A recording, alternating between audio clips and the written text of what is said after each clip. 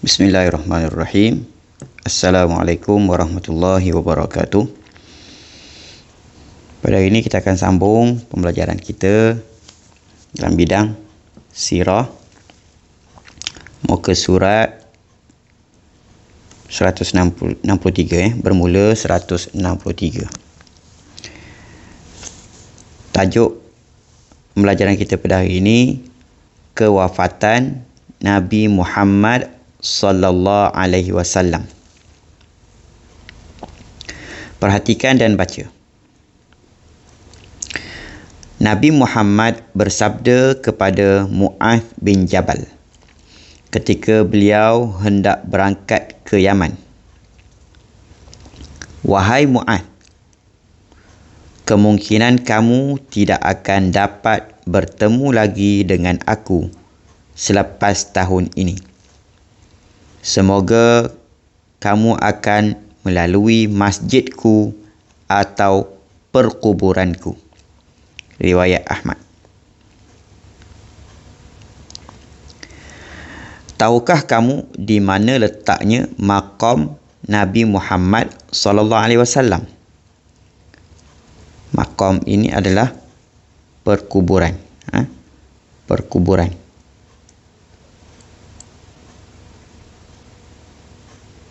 Perkuburan Nabi. Untuk Nabi kita sebut maqam. Tempat Nabi ditanam. Ataupun jenazah Nabi berada dalam maqam ini ataupun perkuburan ini. Tanya di sini, tahukah kamu di mana letaknya? InsyaAllah kita akan tahu pada helai yang akan datang insyaAllah. Ataupun selepas pada ni.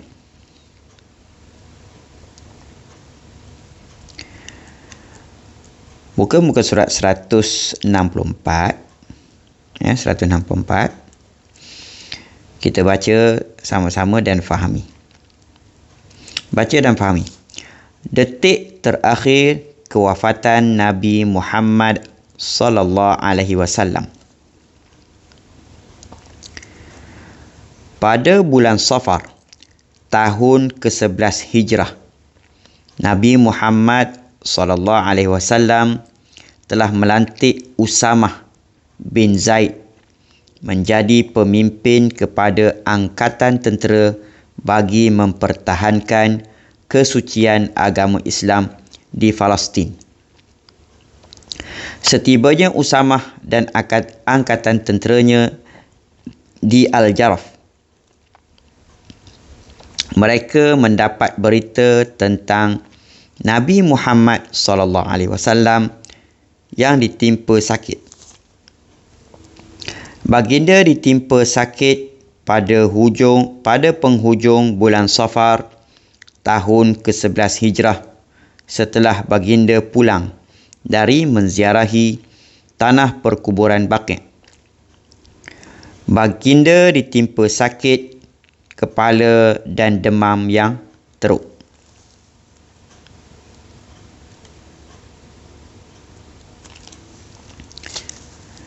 Baik, yang Ustaz tanda ni, ini adalah nota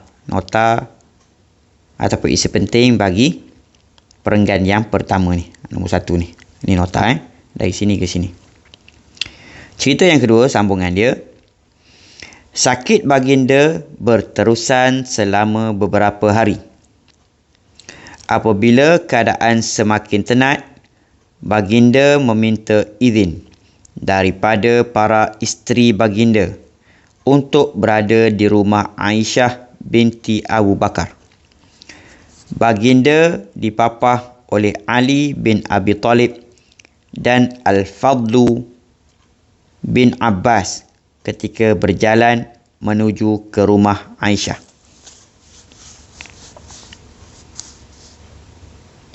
Nota dari sini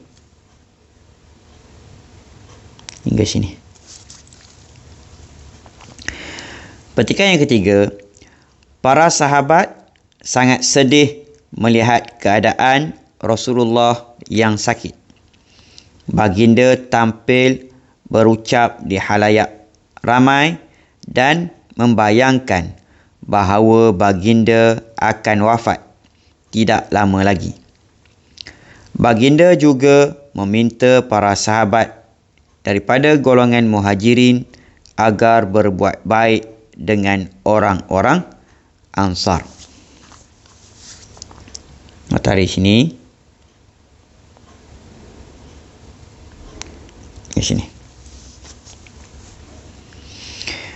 Dan seterusnya kita buka muka surat buku surat 165, sambungan cerita tadi. Petikan yang keempat, walaupun baginda sakit, baginda tetap menunaikan solat berjamaah di masjid. Apabila keadaan Nabi semakin lemah, baginda meminta Abu Bakar As-Siddiq menjadi imam solat menggantikan baginda.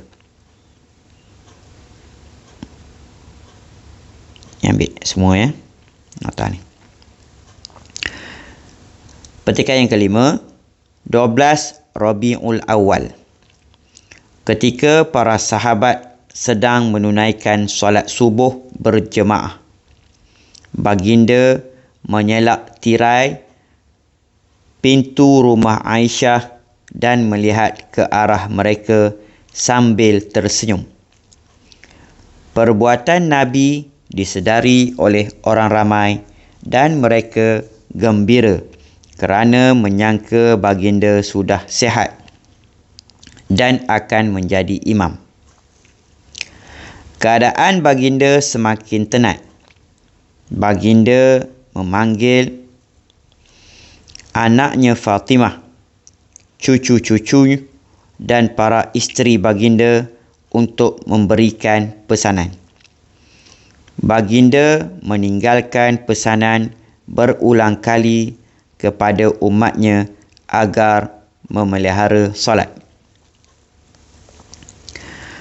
Ketika hampir sangat kewafatan Nabi, Abdul Rahman datang bertemu baginda dengan membawa kayu siwak. Baginda memberikan isyarat kepada Aisyah bahawa baginda hendak bersiwak.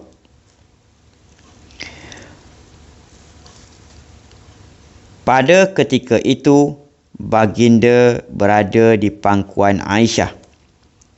Sejurus kemudian, wafatlah baginda ketika berusia 63 tahun. Okey, siwak ni apa siwak? Siwak ni adalah memberus gigi menggunakan kayu siwak. Berus gigi menggunakan kayu siwak. Baik, nota yang ni.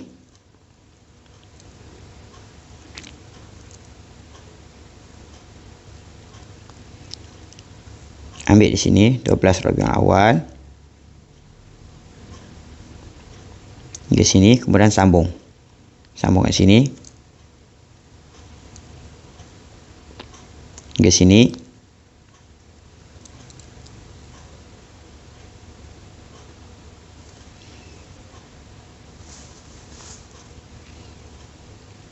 Kemudian ambil sini hingga habis. Okey.